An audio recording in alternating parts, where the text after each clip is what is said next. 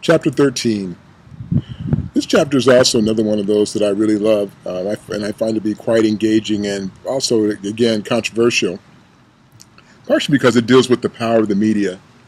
And arguably, if you were to add a fourth branch of government, you could argue that the media would be it, because of their ability to influence the way we decide what we believe about the world around us. Not just even politically, but also looking at it around the various aspects that make us human beings and how we operate within our society. They teach us what to value. They teach us what's important. Especially as we get older, we find that we depart from our parents and their ideas more and more, and we start to follow more and more those things that we find that the media feeds to us. And with all the various aspects of media that are available and the growth of social media over the last decade, it's so easy to manipulate information and to provide a plethora of information on all the different topics that are relevant to us.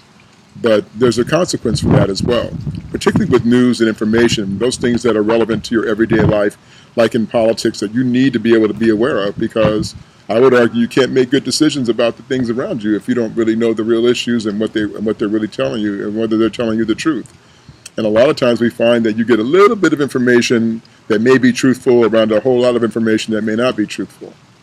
And even our founding fathers warned about this and suggested that, you know what, believe in your country, keep an eye on the people who run it, because they may not always have your best interests at heart.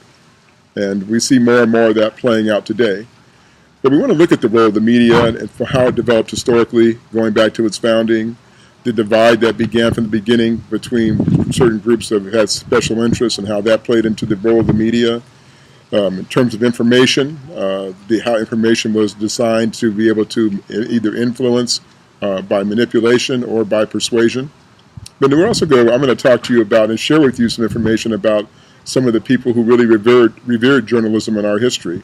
Guys like Edward R. Murrow and Walter Cronkite and Peter Jennings and Dan Rather and Diane Sawyer and Barbara Walters and all the great individuals who have tried hard to be able to make sure that we the people, had real information that would help us make and understand the world around us. Some of it's controversial, some of it requires our due diligence, some of it requires to listen to things that we may not want to hear, but you cannot actualize the truth of your country if you're afraid to confront the truth about where we are and where we've been.